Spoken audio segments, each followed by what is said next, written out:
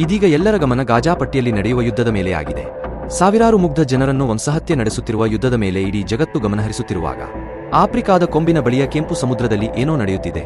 ಅದು ಇಡೀ ಮಧ್ಯಪ್ರಾಚ್ಯವನ್ನು ಚಿಂತೆಗೀಡು ಮಾಡಿದೆ ಮತ್ತು ಇಡೀ ಜಗತ್ತನ್ನೇ ಅಸ್ಥಿರಗೊಳಿಸಬಹುದು. ಯೆಮೆನ್ ಹೌತಿಗಳು ವಿಶ್ವದ ಅತ್ಯಂತ ಆಯಕಟ್ಟಿನ ಬಿಂದುವನ್ನು ಉಸಿರುಗಟ್ಟಿಸಿಬಿಟ್ಟಿದ್ದಾರೆ. ಕಳೆದ ಡಿಸೆಂಬರ್-ಜನವರಿ ತಿಂಗಳಲ್ಲಿ 12 ಕಂಟೈನರ್ ಹಡಗುಗಳನ್ನು ಕ್ಷಿಪಣಿಗಳು ಮತ್ತು ಡ್ರೋನ್ಗಳಿಗೆ ಗುರಿಪಡಿಸಲಾಗಿದೆ. ಇದರಿಂದಾಗಿ ಜಾಗತಿಕ ವ್ಯಾಪಾರವು ಸಂಪೂರ್ಣವಾಗಿ ಪರಿಣಾಮ ಬೀರಿದೆ. ಈ ಆಕ್ರಮಣಕ್ಕೆ ಪ್ರತಿಕ್ರಿಯೆಯಾಗಿ ಜನವರಿ 11 ಮತ್ತು 12ರಂದು ಅಮೆರಿಕನ್ ಮತ್ತು ಬ್ರಿಟಿಷ್ ನೌಕಾಪಡೆಗಳು ಯೆಮೆನ್ ಮೇಲೆ ಬೃಹತ್ ಬಾಂಬ್ ದಾಳಿಗಳನ್ನು ನಡೆಸಿದವು.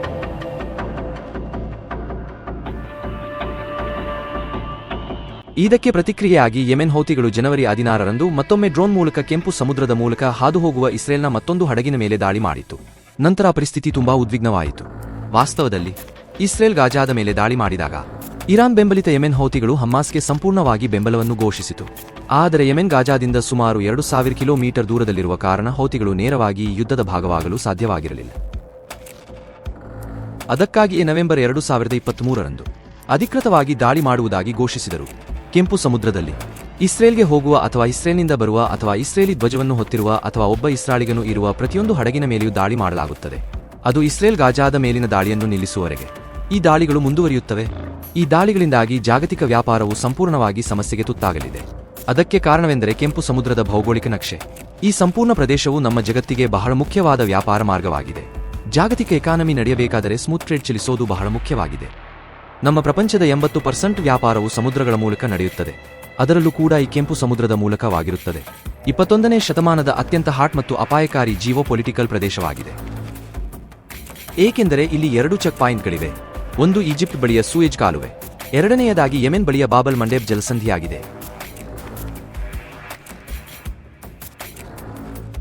28 ಕಿಲೋಮೀಟರ್ ಕಿರಿದಾದ ಈ ಪ್ರದೇಶದಲ್ಲಿ ಮಧ್ಯಪ್ರಾಚ್ಯ ಮತ್ತು ಏಷ್ಯಾದಿಂದ ಬರುವ ಹಡಗುಗಳು ಹಿಂದೂ ಮಹಾಸಾಗರವನ್ನು ದಾಟಿ ಕೆಂಪು ಸಮುದ್ರವನ್ನು ಪ್ರವೇಶಿಸಿ ನಂತರ ಸ್ವಿಸ್ ಕಾಲುವೆಯಿಂದ ಹೊರಬಂದು ಮೆಡಿಟರೇನಿಯನ್ ಸಮುದ್ರಕ್ಕೆ ಸೇರುತ್ತದೆ.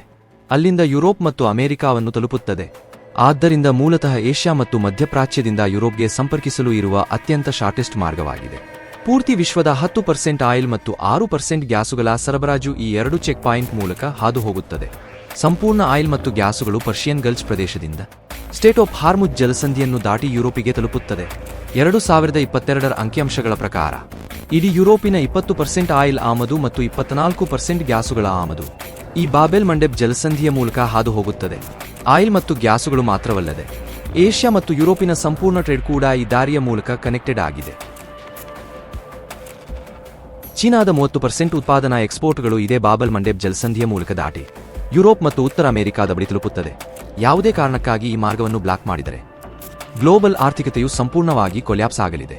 ಇದೂ ಅಲ್ಲದೆ ಇನ್ನೂ ಒಂದು ಆಲ್ಟರ್ನೇಟಿವ್ ಮಾರ್ಗವಿದೆ, ಆದರೆ ಅದು ಇಡೀ ಆಫ್ರಿಕಾ ಖಂಡವನ್ನು ಸಂಪೂರ್ಣವಾಗಿ ಸುತ್ತುವರಿದು ದಾಟಬೇಕಾಗುತ್ತದೆ.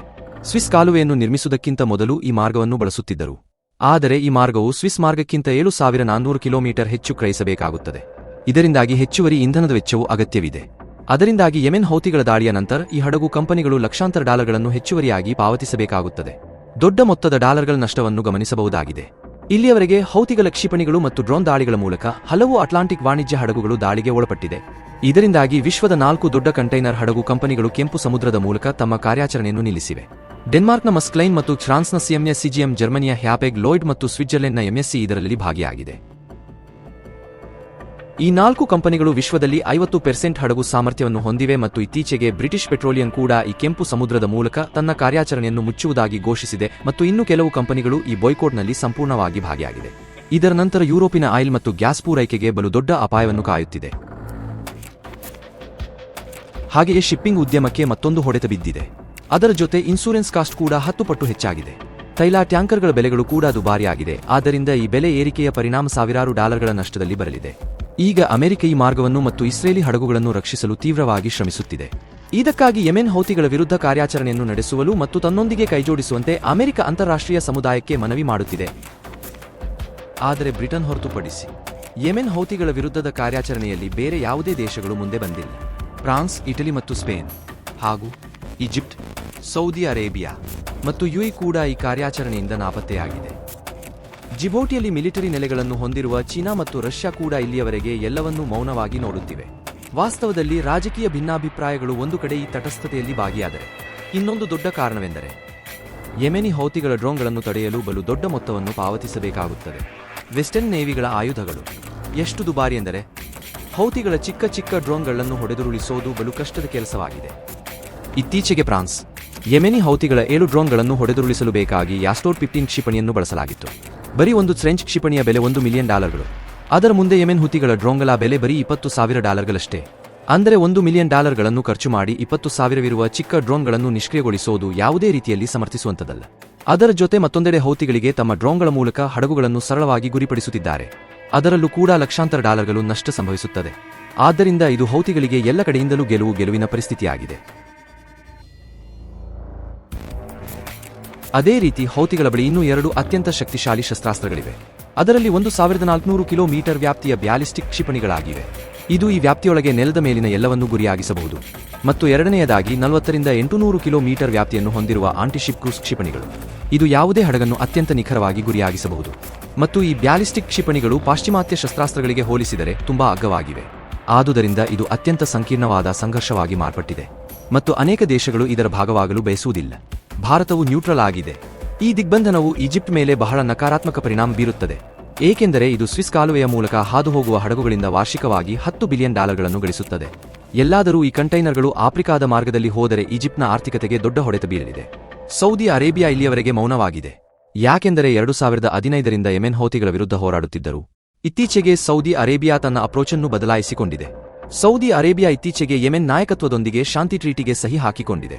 ಕೆಲವು ಅನಾಲಿಸ್ಟ್ಗಳ ಪ್ರಕಾರ ಸೌದಿ ಅರೇಬಿಯಾ ಯುಎಸ್ನ ಮೇಲೆ ತುಂಬಾ ಕೋಪವನ್ನು ಬಚ್ಚಿಟ್ಟುಕೊಂಡಿದೆ, ಏಕೆಂದರೆ ಯೆಮೆನಿಗಳ ಡ್ರೋನ್ಗಳು ಸೌದಿ ಅರೇಬಿಯಾದ ತೈಲ ಸ್ಥಾವರಗಳ ಮೇಲೆ ದಾಳಿ ಮಾಡುತ್ತಿರುವಾಗ ಅಮೆರಿಕವು ಯಾವುದೇ ವಿಶೇಷ ಪೂರ್ವಭಾವಿ ಪ್ರತಿಕ್ರಿಯೆಯನ್ನು ಹೊಂದುತ್ತಿರಲಿಲ್ಲ. ಅದಕ್ಕಾಗಿ ಈಗ ಸೌದಿ ಅರೇಬಿಯಾ ಇಡೀ ಪರಿಸ್ಥಿತಿಯನ್ನು ಭೂತವಾಗಿ ನೋಡುತ್ತಿದೆ.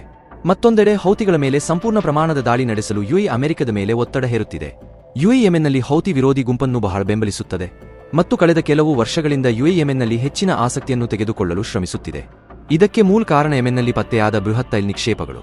ಕೆಲವು ವರದಿಗಳ ಪ್ರಕಾರ ವೆನೆಜುವೆಲಾ ದೇಶದ ನಂತರ ಯೆಮೆನ್ ವಿಶ್ವದ 2ನೇ ಅತಿದೊಡ್ಡ ಟ್ಯಾಪ್ ಮಾಡದ ತೈಲ ನಿಕ್ಷೇಪಗಳನ್ನು ಹೊಂದಿದೆ ಎನ್ನಲಾಗುತ್ತದೆ. ಇದರಿಂದಾಗಿ ಅನೇಕ ಅರಬ್ ರಾಷ್ಟ್ರಗಳು ಈ ನಿಕ್ಷೇಪಗಳ ನಿಯಂತ್ರಣವು ಹೌತಿಗಳ ಕೈಯಲ್ಲಿ ಬರಬಾರದೆಂದು ಬಯಸುತ್ತದೆ. ಯೆಮೆನ್ ಅರ್ಥಶಾಸ್ತ್ರಜ್ಞ ಹಸನ್ ಅಲಿಯವರ ಹೇಳಿಕೆ ಪ್ರಕಾರ ಸೌದಿ ಅರೇಬಿಯಾವು ಯುಎಸ್ಎ ಜೊತೆಗೆ ಬಹಳ ರಹಸ್ಯ ಒಪ್ಪಂದವನ್ನು ಸಹಿ ಹಾಕಲಾಗಿದೆ ಎನ್ನುತ್ತಾರೆ. ಈ ಕಾರಣದಿಂದಾಗಿ ಯೆಮೆನ್ ಕಳೆದ 30 ವರ್ಷಗಳಿಂದ ಈ ತೈಲ ನಿಕ್ಷೇಪಗಳ ಯುಟಿಲೈಸ್ ಮಾಡುವುದರಿಂದ ವಂಚಿತವಾಗಿದೆ ಮತ್ತು ನಿಷೇಧಿಸಲಾಗಿದೆ. ಅಂತಾರಾಷ್ಟ್ರೀಯ ಡ್ರಿಲ್ಲಿಂಗ್ ಕಂಪನಿಯ ಸಂಶೋಧನೆಯ ಪ್ರಕಾರ ಯೆಮೆನ್ಗೆ ಇಡೀ ಪರ್ಷಿಯನ್ ಗಲ್ಫ್ ರಾಷ್ಟ್ರಗಳಿಗಿಂತ ಹೆಚ್ಚಿನ ತೈಲ ನಿಕ್ಷೇಪಗಳನ್ನು ಹೊಂದಿದೆ ಎನ್ನುತ್ತಾರೆ.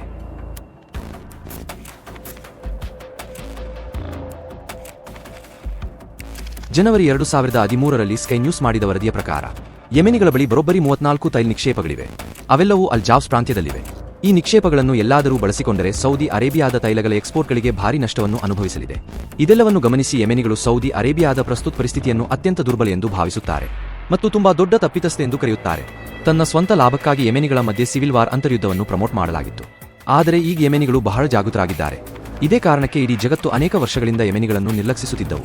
ಆದರೆ ಈಗ ಯೆಮೆನಿಗಳು ಇಡೀ ವಿಶ್ವವನ್ನು ತನ್ನ ತೆಕ್ಕೆಗೆ ತೆಗೆದುಕೊಳ್ಳಲು ಹೊರಟಿದೆ.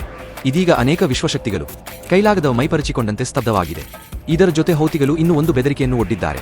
ಇಸ್ರಾಯೇಲ್ ಪ್ಯಾಲೆಸ್ತೈನ್ ಗಾಜಾದಲ್ಲಿ ಮುಗ್ಧ ಮಕ್ಕಳನ್ನು ಕೊಲೆ ಮಾಡುವುದನ್ನು ನಿಲ್ಲಿಸದಿದ್ದರೆ ಕೆಂಪು ಸಮುದ್ರದ ಮೂಲಕ ಹಾದುಹೋಗುವ ಎಲ್ಲಾ ಇಂಟರ್ನೆಟ್ ಕೇಬಲ್ಗಳನ್ನು ಸ್ಫೋಟಿಸುತ್ತೇವೆ. ಅದರ ನಂತರ ಏಷ್ಯಾ ಮತ್ತು ಮಧ್ಯಪ್ರಾಚ್ಯದ ಇಂಟರ್ನೆಟ್ ಸಂಪರ್ಕವು ಕೊನೆಗೊಳಿಸಲಾಗುತ್ತದೆ ಎನ್ನುತ್ತಾರೆ. ಅದಕ್ಕಾಗಿಯೇ ನಾವು ವಿಡಿಯೋದ ಆರಂಭದಲ್ಲಿ ಯೆಮೆನಿಗಳು ಇಡೀ ವಿಶ್ವವನ್ನು ತನ್ನ ತೆಕ್ಕೆಗೆ ತೆಗೆದುಕೊಳ್ಳಲು ಹೊರಟಿದೆ ಎಂದಿದ್ದೇವೆ. ಇಲ್ಲಿ ನಡೆಯುತ್ತಿರುವ ಹಲವು ಚಟುವಟಿಕೆಗಳು ಸಂಪೂರ್ಣವಾಗಿ ಮಧ್ಯಪ್ರಾಚ್ಯ ಮತ್ತು ಇಡೀ ಜಗತ್ತನ್ನು ಅಸ್ಥಿರಗೊಳಿಸಲು ಕಾರಣವಾಗಬಹುದು. 2024ರಲ್ಲಿ ಈ ಒಂದು ಯುದ್ಧವು ನಿಲ್ಲಲಿ ಮತ್ತು ಉತ್ತಮ ಬದಲಾವಣೆಗಳನ್ನು ತರಲಿ ಅನ್ನೋದು ನಮ್ಮ ಆಶಯವಾಗಿದೆ. ಮತ್ತು ನಮ್ಮ ತಂಡವು ಒಥೆಂಟಿಕ್ ಆದ ಪ್ಯಾಕ್ಟ್ ವಿಷಯಗಳನ್ನು ಮಾತ್ರ ಪಸರಿಸಲು ಬದ್ಧವಾಗಿದೆ. ನಿಖರವಾದ ಮತ್ತು ಸತ್ಯವಾದ ವಿಷಯಗಳನ್ನು ಕನ್ನಡದಲ್ಲಿ ಪ್ರಸಾರ ಮಾಡಲು ನಿಮ್ಮೆಲ್ಲರ ಬೆಂಬಲ ಅತಿ ಅಗತ್ಯವಾಗಿದೆ. ನಾವು ಶೀಘ್ರದಲ್ಲೇ ಹಲವು ಆಕರ್ಷಕ ವಿಷಯಗಳ ಕುರಿತು ವಿಡಿಯೋಗಳನ್ನು ಮಾಡಲಿದ್ದೇವೆ. ಹಲವು ಆಕರ್ಷಕ ವಿಡಿಯೋಗಳನ್ನು ವೀಕ್ಷಿಸಲು ಚಾನಲ್ ಅನ್ನು ಸಬ್ಸ್ಕ್ರೈಬ್ ಮಾಡಲು ಮರೆಯದಿರಿ. ನಿಮ್ಮ ಪ್ರೀತಿಯ ಸಲಹೆಗಳು ಇಮೇಲ್ ಮುಖಾಂತರ ಮತ್ತು ಕಾಮೆಂಟ್ ಮೂಲಕ ತಿಳಿಸಬಹುದು. ಇನ್ನೊಂದು ಆಸಕ್ತಿದಾಯಕ ವಿಷಯದೊಂದಿಗೆ ಮುಂದಿನ ವಿಡಿಯೋದಲ್ಲಿ ಮರು ಭೇಟಿಯಾಗೋಣ. Take care.